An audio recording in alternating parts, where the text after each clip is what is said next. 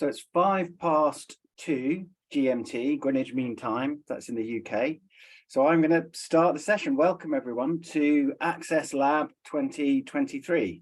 I'm just going to start by walking through the housekeeping.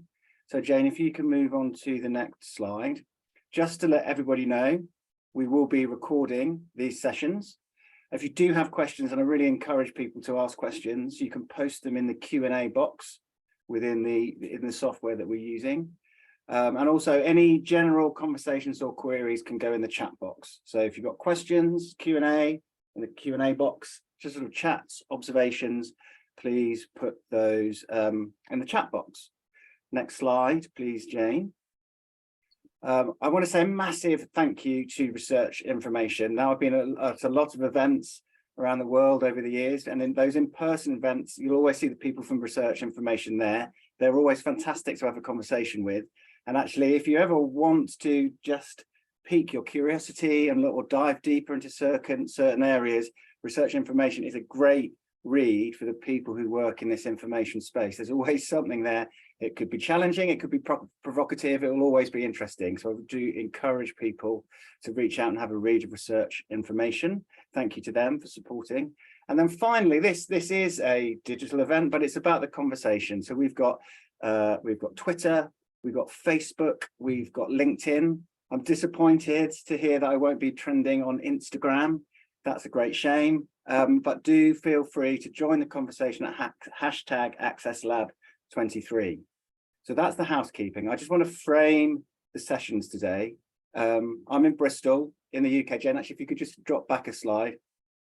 Thank you. So I'm in Bristol in the UK, but we have people, we think it's 40 countries represented over the sessions today, and that's a fantastic achievement. So we want to broker and connect all these conversations over the next few hours today and on Thursday, where we're running sessions for those people in the southern hemisphere.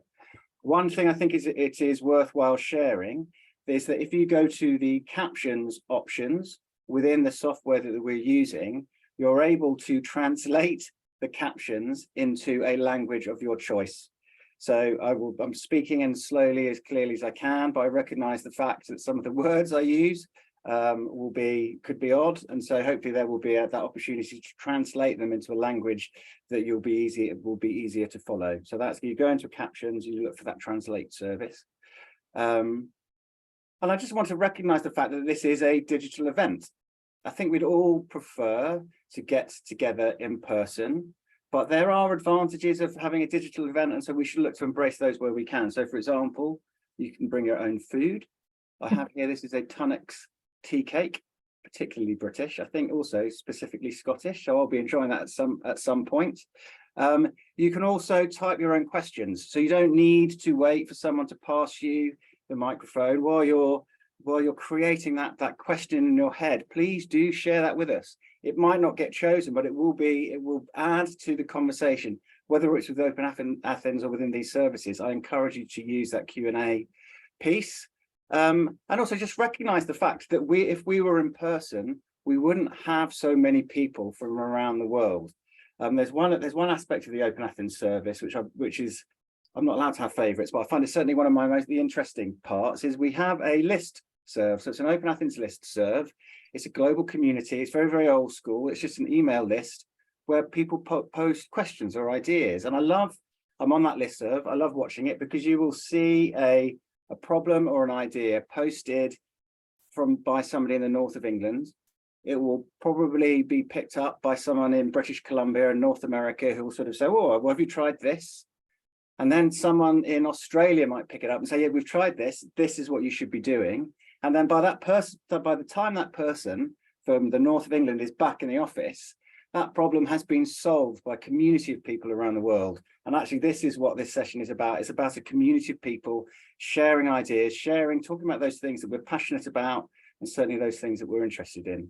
So please do sign up to the listserv. Thank you. And yeah, enjoy the day. We're a community here to help people understand proxy syntax. It could be access URLs. It could be attribute release. Good luck, Google Translate or whatever with those, but that's the kind of the terminology and the technology that we use. And today's session is about people. you'll hear the phrase users a lot, user design, but ultimately this is about helping peoples and individuals solve the problems that they might have in their day-to-day, whether it's their studies or their research or their work. So I really do encourage you to join in, ask questions. It's not just about the technology, it's about people and it's about skills. And this is an opportunity for everyone to help. So I now will pass you to Emily Singley, who has been a passionate advocate in this space for many, many years.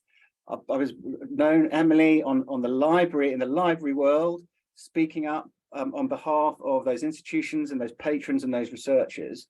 And Emily's recently moved to Elsevier. So what we have here is the perspective of somebody who understands this community intimately, but understands it from more than one angle. So I'd like to say thank you to Emily, and I'll stop talking and pass over. Thank you so much, John. It's so delightful to be back at Access Lab. This is such a wonderful conference, one that I've always enjoyed, because it's all about what I care so passionately about, which is connecting our users to the resources that they need. So next slide, please. So just a little bit about me, a little bit of background before I dive in. My career has always been about serving our users and making their user experience better. So that's what I've always kind of been focused on. I started out as a systems librarian in academic libraries. And the reason I chose that path was I saw the frustrations that our users had with library catalogs and websites and the various systems we used. And I really wanted to make them better. But I pretty quickly realized that so many of the experiences our users were having were on third-party platforms, right? And that we had to work really closely with vendors. Systems librarians couldn't necessarily fix everything. So I pretty quickly started to get involved in various vendor communities where I could advocate for a better user experience on those third-party platforms. And that's how I first got involved with OpenAthens, and also with Elsevier. So it was a pretty short leap from that kind of career experience to deciding to take my passion and my user advocacy to the vendor side. And Elsevier, with one of the largest providers of e-resource content, seemed like a pretty good fit. So now that I'm on the vendor side, I want to share what I've learned about why I think vendor and librarian partnerships matter more than ever before, and especially when it comes to this question of access and accessing library resources. So I'm going to start by talking a little bit about what I see as some of the challenges in today's research ecosystem, and then go into how librarians and vendors can partner to address those challenges. Next slide, please. So I want to start out by talking about access to reliable research, and in particular, why it's so difficult and why it needs to be easier. So next slide, please. So I think this is particularly interesting in this kind of post-pandemic world that we're living in, right? Access to reliable research, we have learned this over the past few years. It's more critical now than ever before.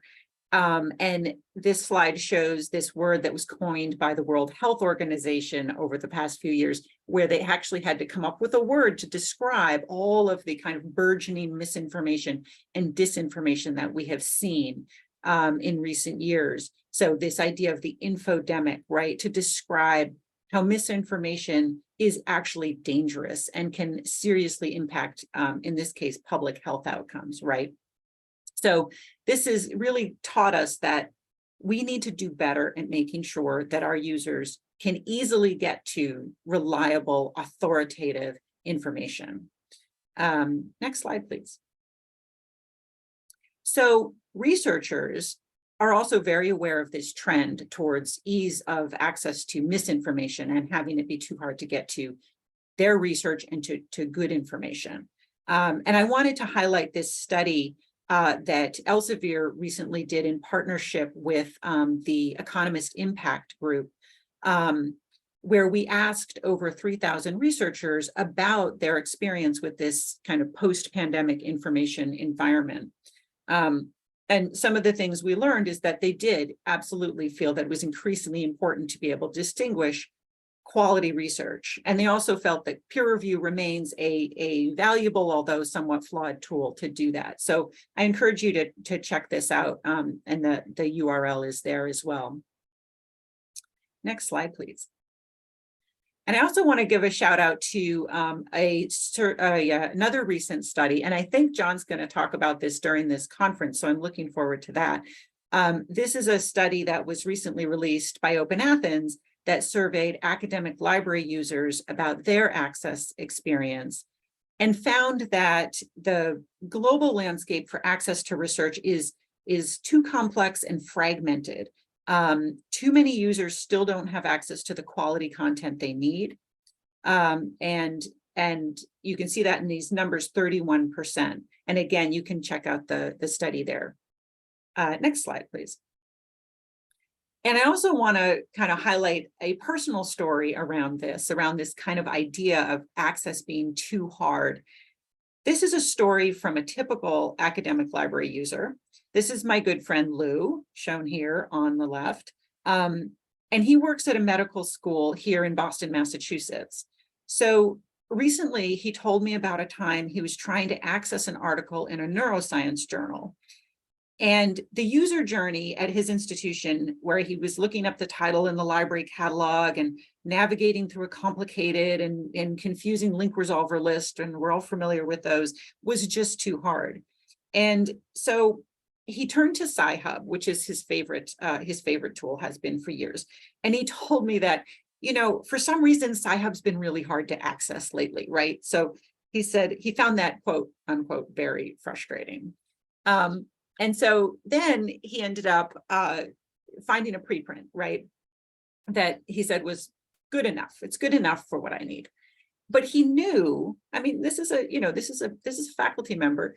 He knew he wasn't accessing the version of the article that he wanted or the best version of the article, but he was willing to compromise on quality for ease of access. And I'm sure that you have all worked with users like Lou. And I think that we as vendors and as librarians, we need to come up with better solutions. One of those ways is federated authentication to smooth out those pathways.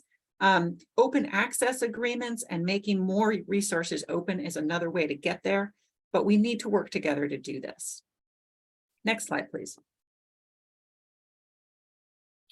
So the next challenge I want to talk about is not only do our users need easy access to reliable, authoritative quality content, but they need access to a lot more than that. So next slide, please. The complexity of their user journeys goes well beyond traditional books and articles. Today's users and researchers are using online tools for every aspect of their research process. And they jump from platform to platform to access services that might range from learning management systems to citation managers or data repositories, grant management tools, clinical care systems, collaboration tools, and so on and so on. So here I'm showing a bunch of logos just from within the Elsevier universe. And you can see that we go well beyond books and articles and have all sorts of different tools and services. And we're just one vendor that your users are likely encountering. Next slide, please. And to give an example of this kind of way that users jump from platform to platform and this kind of cross-platform complexity, I want to tell a story that about a encounter I had with a hospital library who was implementing Elsevier's clinical key database. So the hospital uses a very popular patient management portal, which is called Epic. And that's where all the kind of the patient charts are and how clinicians manage patient care and so forth. And databases such as Clinical Key can integrate directly into Epic so that busy doctors and nurses don't have to jump from platform to platform to get the information they need. So, but for this library, as they were implementing Clinical Key, they found that doctors and nurses who were not on site couldn't get seamlessly to Clinical Key. They were having difficulties. And luckily, we were able to work with the librarian And she figured out that, well, clinical key is on IP authentication, Epic is single sign-on. If we could put them both on single sign-on, it would work. And sure enough, we did. They were using OpenAthens. And as soon as both systems were on OpenAthens, the connection worked seamlessly. So I think this is a good illustration of how having these consistent access practices across platforms is really essential, so that no matter where a user is or what they're trying to access, their experience is consistent and easy. Next slide. So the last challenge I want to highlight is how our users themselves are becoming more diverse and complex. Next slide. So I'm going to give some examples of this. Our users are collaborators, right? They collaborate with one another. Research doesn't just happen in one place or at one university anymore. It happens collaboratively and globally across many different kinds of researchers and organizations. So here I'm showing a slide of all the places where Elsevier is currently doing research collaboratively across the world. We're collaborating with universities, with government agencies, within industry, and within communities. So I think we need to ensure, as vendors and as libraries, that our collaborators can access the tools and resources they need to work together effectively. Next slide. And our users are communities. So institutions are increasingly seeking out and building partnerships within their local communities. And this means that libraries now have use cases where community members who usually do not have institutional credentials need to access library resources. And I recently spoke with one librarian who was setting up a pilot program to support STEM education in an under-resourced local public school with students. And because her institution was using OpenAthens, there was a mechanism in place where non-affiliated users could be managed and granular access to just certain databases and resources could be granted. And I believe this kind of use case will continue to grow in the future and demonstrates a need for authentication services to become more flexible and more sophisticated. Next slide, please. So another thing we've learned during the pandemic is that our users are everywhere, and they don't all have equitable access to online resources. I was working at Boston College when the pandemic hit and all our students were sent home. And home for many of them was might have been underdeveloped communities that didn't have adequate internet access. So for resources that were IP authentication based, they would have to VPN in, and they often experienced a very slow or disrupted access experience.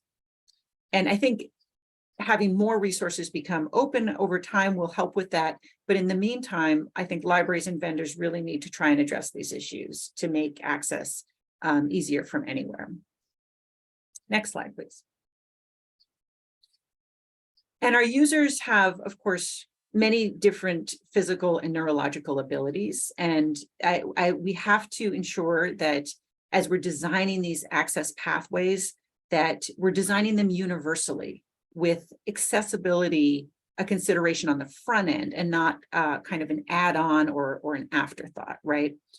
And I've been very privileged in my new role to be able to work with the Elsevier UX team and learn more about how they design and test with every user in mind.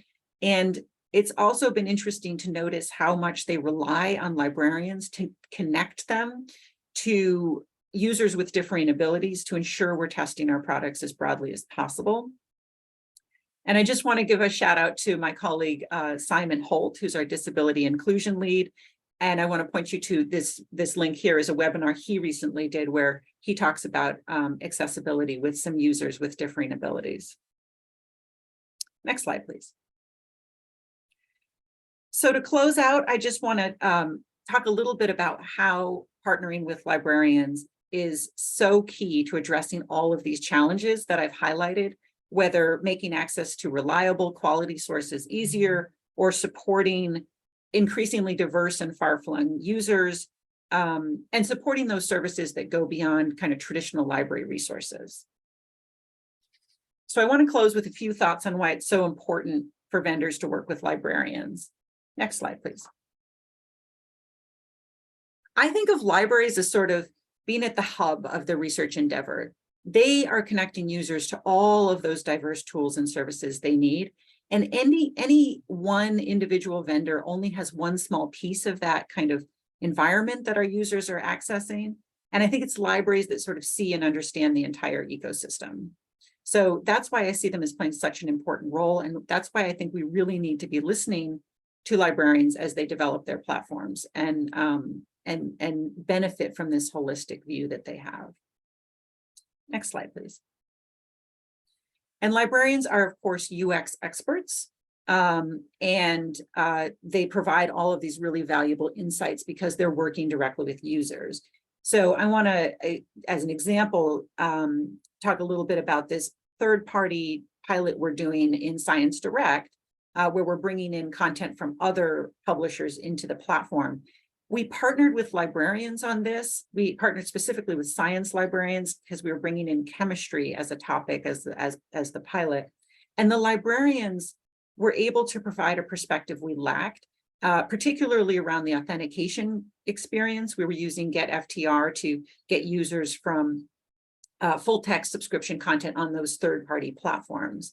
And I think this illustrates how librarians can drive innovation for vendors and ensure that we're really fulfilling real user needs. Next slide, please. And vendors like Elsevier also increasingly rely on librarians to help implement and manage the authorization and identity services that connect users to resources. So, and with this move to more kind of sophisticated access models like SAML and federated authentication, librarians serve as that interface or translator between vendors and central IT on their campuses. Next slide.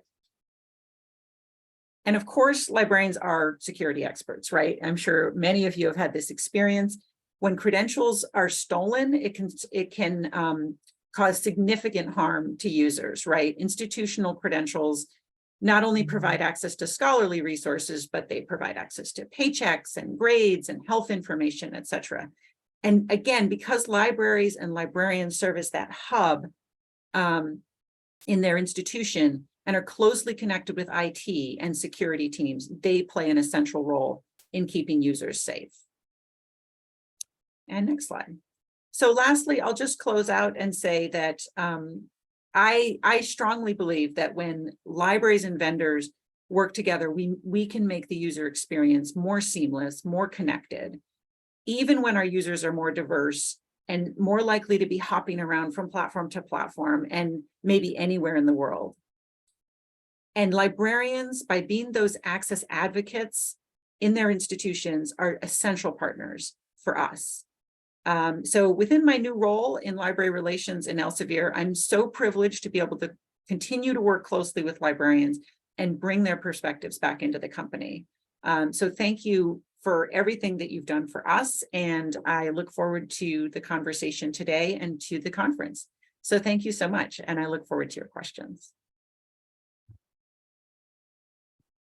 Emily, thank you so much for that. As always, you know, I've got a whole host of questions. I don't really know where to start. So I'm going to start with the first one and go back to the beginning of the conversation or your presentation where you talked about misinformation and how challenging that is.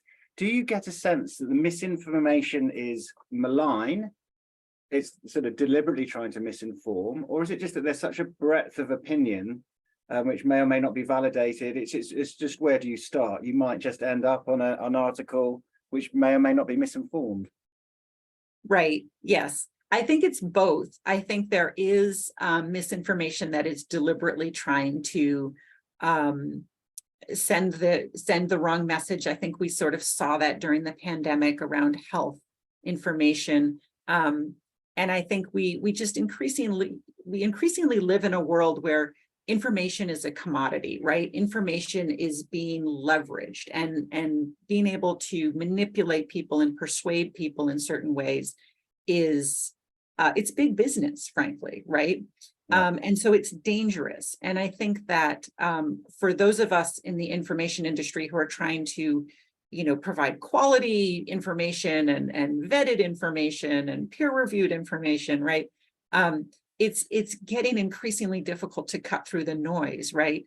And one of the things we heard from researchers in the confidence in research study that I mentioned that we did last fall is not only are they concerned about how their research is sort of perceived and talked about in kind of society and in online circles, but they also are increasingly bullied online, right? This is kind of a new phenomenon. Used to be if you were a researcher and you did an experiment and you published in a scholarly journal, the conversation would just sort of happen within scholarly circles and they were, polite, right?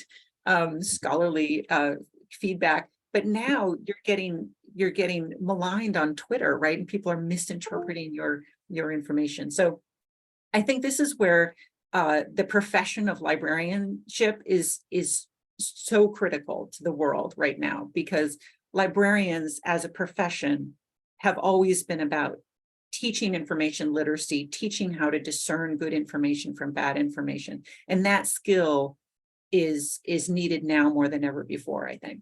And do you think outside of the library community, other people recognize the fact that the librarians have that skill, have that information, and have that desire? I do. Actually, we, after the study came out, we put together a series of roundtables with research leaders and government leaders in several different countries around the world. So we had folks from Research America and from the Pew Institution and a bunch of different places here in the US at the US Roundtable, kind of talking about this problem and how do we solve it together. And we're hoping to have those same conversations with librarians in going forward. I mean, you talk about the complexity of that challenge about simplifying access. Who do you think owns that problem? I don't think anyone owns it. I think it's something we have to solve together. I think there's so many different pieces. I think as we go towards more open information, right, then the access challenge becomes less of an issue. But as I said in my talk, it's not just books and articles, right? There's so many other things researchers need to access that maybe always do need to have a login. So I think it's about partnerships, really. It's about the piece that the library holds in terms of kind of being that gateway, being that front door to information. It's about working with all the different vendors who have content that need to have that gateway. And it's about outreach to the users themselves, right? And all the different types of users that libraries now work with. So it's that sort of outreach and education piece as well, which is an important part of it. So we had a question come in actually. So you're talking about collaboration and you're talking about partnerships. Now you have an event like OpenAthens Access Labs. That's good. That's where we hope those conversations happen. But I wonder if you could share before we finish, where do you go to get your information from? Are there particular associations or websites that you engage with, or just to help inform you and share? Yeah, sure.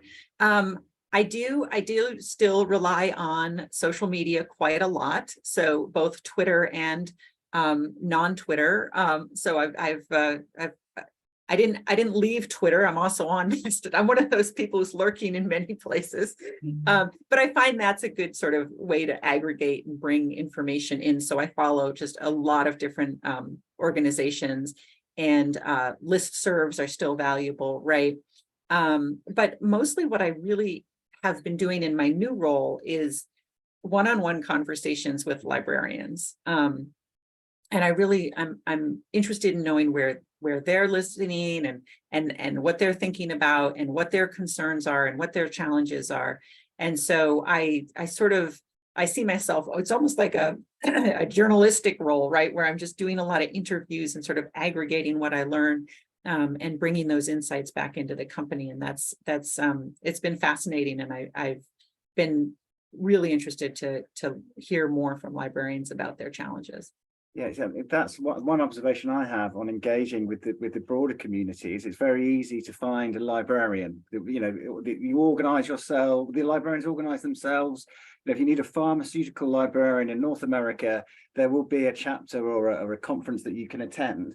One of the challenges is finding out where the vendors or the publishers congregate and where do they gather to have those conversations. I know we have some on the call today, which I think is really important. But I think moving forward, how we take those one-on-one conversations that you've had and how we build those into a plenary session will be really important out into the future. But that's brilliant. Thanks so much for sharing your insight and your knowledge and your experience. Our time is done. So I don't know if you have any final thoughts or observations before we finish. No, but thank you so much for this opportunity, and I just want to say, again, this is such a great conference, and I really am looking forward to the rest of the sessions. So thank you to everyone. That's great. Thank you, Emily. So now is that opportunity to stretch your legs, have a comfort break, and then we'll be back with Matt Olive, I think, in just under 5 minutes time. So thank you to everybody. Thank you, Emily. Thank you, Jane, for coordinating and helping us.